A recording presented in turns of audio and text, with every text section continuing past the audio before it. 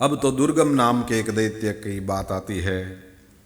अब वो प्रकट हुआ, फिर उसने तपस्या करी, और सब ये दैत्य जो हैं वो गजब तपस्या करने वाले, और तपस्या करके फिर जो वरदान मांगे वे भी बड़े विचित्र। दुर्गम ने ब्रह्मा जी को कहा कि महाराज यदि आप मुझ पर प्रसन्न हैं तो वेद मुझे दे दीजिए। ब्रह्मा जी ने कहा वेद का क्या करेगा रे? बोले सारे देवता वेद के ही अधीन हैं, इनसे लड़ना है तो वेदों को ले लूं, फिर कोई ब्राह्मण जप याग कुछ कर नहीं सके, धर्म कर्म खत्म, और अपने आप ही देवता निर्बल निस्तेज, और ऐसे निस्तेज और निर्बल देवताओं को जितना अपने लिए बाएं हाथ का खेल। अच्छा, पर मना नहीं कर सकते थे, तपस्या करी है। देवता भी तपस्या के बदले प्रकट हो जाने के बाद यदि भगत ने कुछ मांग लिया देने को बाध्य हैं।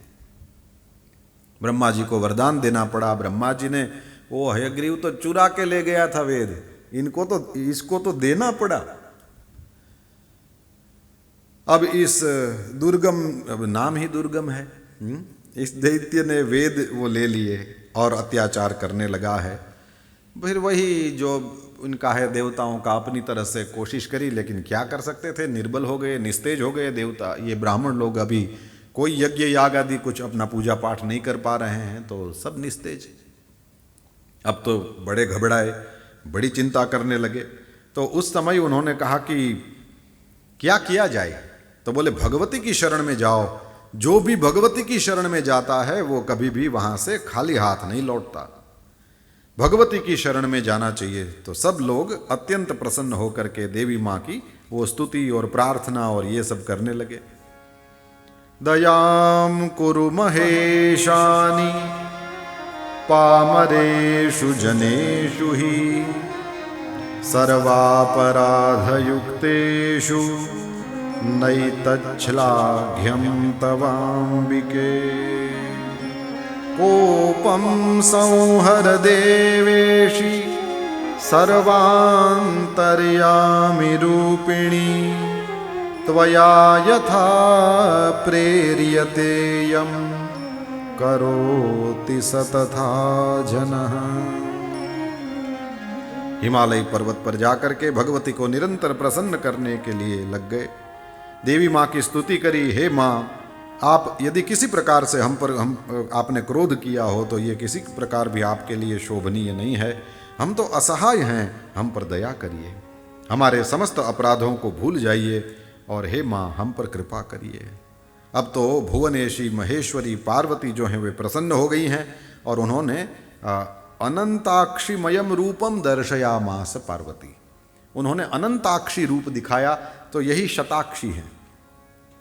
उन्होंने अनंत नेत्रों से युक्त अपना जो स्वरूप दिखाया। कैसा था? बोले विग्रह जो था वो काले कज्जल के सदृश था, नील कमल के समान विशाल नेत्रों से संपन्न था। वे अपने हाथों में मुट्ठी भर बाण, विशाल धनुष, कमल, पुष्प पल्लव, जड़ तथा फलों से संपन्न और अनंत रस से युक्त तथा भूख प्यास और बुढ़ापे को दूर करने वाले शाक आदि धारण किए हुए थी।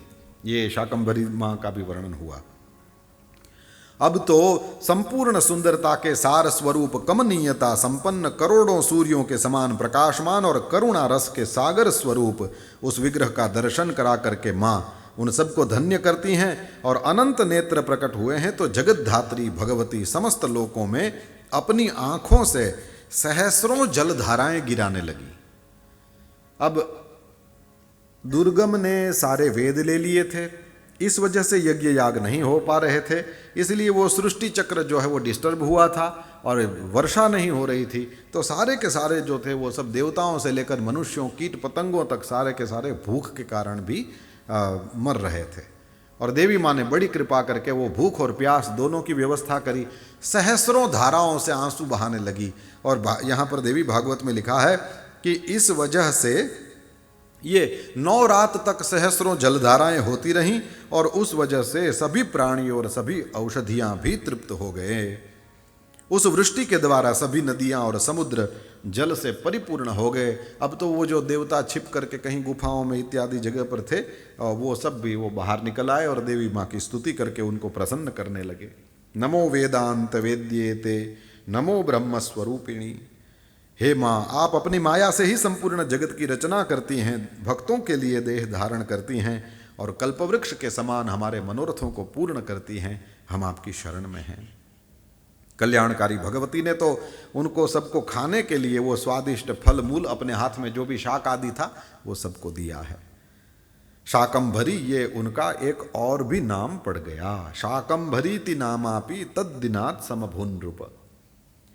अब इसके बाद तो जगत में कोलाहल मचा और दूत ने जाकर के दुर्गम को बताया कि कोई देवी प्रकट हुई है, सबको खिला पिला रही है और सबको तृप्त प्रसन्न कर रही है, सारे देवता उसके शरण में हैं और वह तो लगता है कि कोई बहुत बड़ी शक्ति है। दुर्गम क्या किया पता? इसमें लिखा है 1000 अक्षौहिणी सेना लेकर चला। कितनी भाई? 1000। ये हाथी, घोड़ा, रथ और पैदल सैनिक, ये चारों मिलकर के कुछ 3-1 लाख होते हैं एक अक्षौहिणी में। अब ये कैलकुलेटर लियो भाई, काटो को।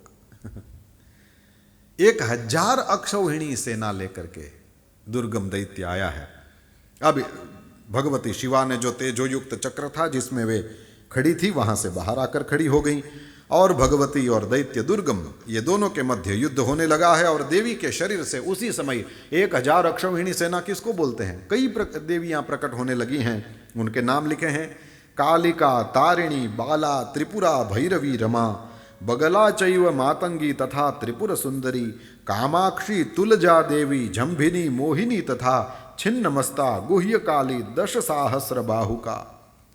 10,000 हाथों वाली देवी। इस तरह से अनंत देवियां, पहले ये 16 देवियां, फिर 32, फिर 64 और इस प्रकार अनंत देवियां, और सभी के हाथों में अस्त्र शस्त्र हैं। 10 दिनों तक वो दुर्गम दैत्य के साथ युद्ध होता रहा है और वो सभी 1000 अक्षौहिणी सेना, पूरी की पूरी सेना जो है वो खत्म कर दी गई। और 11वां दिन आया है, उस दिन वह दैत्य और देवी दोनों में युद्ध हुआ है और 2 प्रहर तक युद्ध होता रहा। फिर माँ ने सोचा कि अब इसका उद्धार कर दिया जाना चाहिए। वैसे हर जगह पर ये महिषासुर वध और ये रक्त बीज वध यही है, उद्धार हो जाता है, पर पाठ में तो उद्धार वाली बात कम ही आती है, वध ही कहा जाता है देवी के द्वारा। लेकिन आज यहाँ से भाव प्रकट किया गया तो जरूर इसका भी, दुर्गम का भी माँ ने उद्धार करने की सोची है और 5 बाणों को मार करके उसकी छाती में उसको भेद दिया और इस प्रकार दुर्गम का उद्धार किया। वह परमेश्वरी के सामने ही मृत्यु को प्राप्त हो गया है। तीनों लोकों में शांति। अगेन वही सब, वो देवता लोग सब अपना वो ड्रम व्रम लेकर के आ जाते हैं और वो सब अपना स्तुति और वो सब अप्सराएं डांस वांस करने लगे। वो ये सब उनका फिक्स ही है, ये सब होने ही लगता है। जब ये हो, इतना थोड़ा किसी ने भी वो अच्छा काम किया हो तो वहाँ करके वो उन लोगों का सबका ये ड्यूटी ही है। तो ये देवता फूल बरसाएं और वो गंधर्व लोग सब अपना नए नए जो भी गीत बिहाड़ा वही रागमा वो सब कीधु वही हंस ध्वनि ने गावा मंडे शंकरामा ऐसा ऐसा सब।